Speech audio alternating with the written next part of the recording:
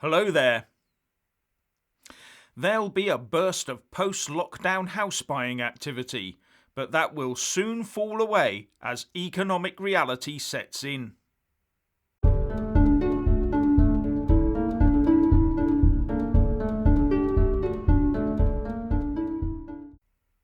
Firstly, please subscribe and like this video to give my channel a boost, and I'm always uploading new content, so please do check back daily. It looks like the economic fallout from the coronavirus pandemic is set to act like a drag anchor on the property market for some time to come.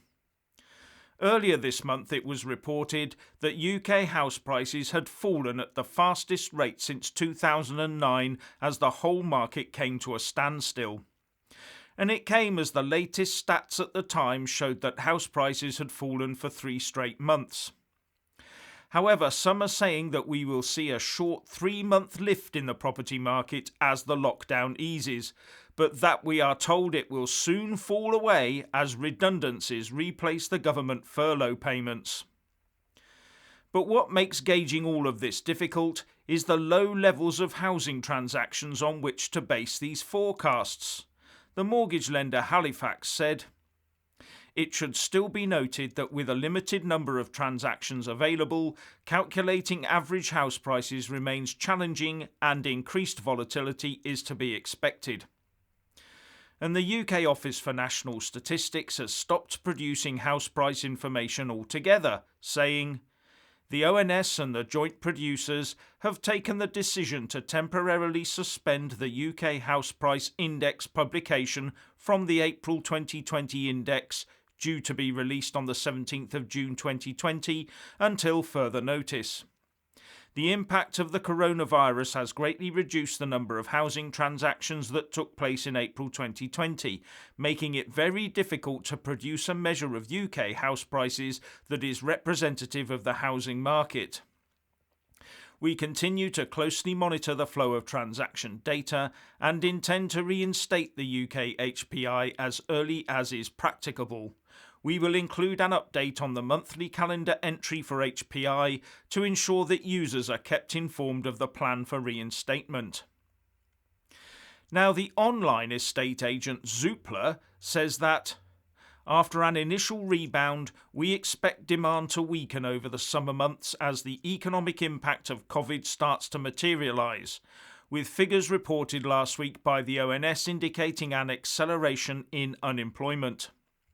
Caution amongst lenders and more limited availability of 90% loan-to-value mortgages will reduce demand, particularly amongst first-time buyers who, over recent years, have been the engine of the housing market. And one worrying stat Zoopla comes up with is that 1/5 of mortgage borrowers have already taken a payment holiday. And City AM says that UK house prices will continue to fall and won't recover those losses until the end of 2022, analysts have forecast. Buyers are likely to be nervous about big purchases and house prices as personal finances come under scrutiny amid the coronavirus pandemic, forcing house prices to drop 5% this year, the 9th to the 22nd of June poll of strategists by Reuters found. In a worst-case scenario, values will fall 11% this year, the poll found. Now, this is already worse than reports from April, when The Guardian reported that global consultancy Knight Frank said that mainstream UK house prices would fall 3% in 2020, but then bounce back by 5% in 2021. Behind the Knight Frank forecasts is an assumption that the British economy will shrink by 4% in 2020 before growing by 4.5% next year as the pandemic recedes. And in May, the Nationwide had already reported a 1.7% drop in the value of the average house. So overall, it looks like the housing market might enjoy a bit of a post-lockdown period that could extend right up until furlough ends in October.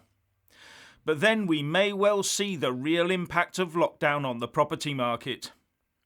Now, I'm no expert here, But some of the measures the government is taking to keep the economy afloat right now remind me very much of the measures taken by the government and banks to keep their industry afloat prior to the credit bubble bursting in 2008. It wasn't until those efforts were no longer sufficient to deal with the issue that the bubble really did burst. Then it became a disaster limitation exercise. But this time the government has piled a whole new raft of unprecedented measures in place to try and keep the show on the road. And it's when the actions of the government and the Bank of England are no longer able to cope this time that this huge economic aid bubble might burst. But we would have much further to fall this time. And back in 2008 there was no social distancing rules and no restrictions on businesses trying to earn a buck or two.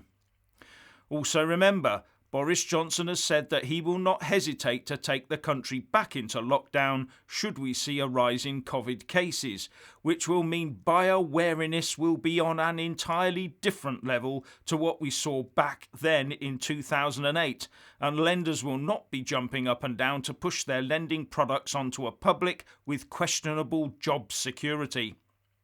After all, who wants to catch a falling knife? You wait for it to hit the floor before you pick it up. And here's what happened in the credit crunch. Between September 2008 and March 2009, according to the ONS, the price of an average house fell from £190,032 to £154,452, a fall of £35,580, or 18.7%. And we've already been told that the economic effects of the pandemic will make the credit crunch pale in comparison. So there is a real danger that the effect on house prices could be far more significant this time. One effect of all of this is that banks are now moving back to manual underwriting of mortgages, with more and more applications being scrutinised, especially those from self-employed applicants. That slows everything down and could also end up with more lending refusals or reduced borrowing capacity for the borrowers. And it's not just the domestic housing market either. Businesses are now learning to operate with their employees working from home, less office space needing to be purchased or rented. And the Telegraph reports today that commercial property landlords are braced for a dismal June quarterly rent collection day on Wednesday due to the coronavirus lockdown, with as little as 10% to 20% of rent expected to be handed over. I would surmise that until the government says that lockdowns are a thing of the past, neither business confidence nor job security will return, and that affects the decisions of both lenders and purchasers of such big ticket items as housing. And I think there's more chance that Keir Starmer will join the Brexit party than Boris Johnson changing tack on lockdown in the foreseeable future. Now, I don't think there'll be a complete collapse in house prices because, unlike just about everything else, you can't print, mine or grow land. And if there is a slide in prices, there will always be a sufficient number of people and organisations with enough cash to step in and buy property when the time is right for them.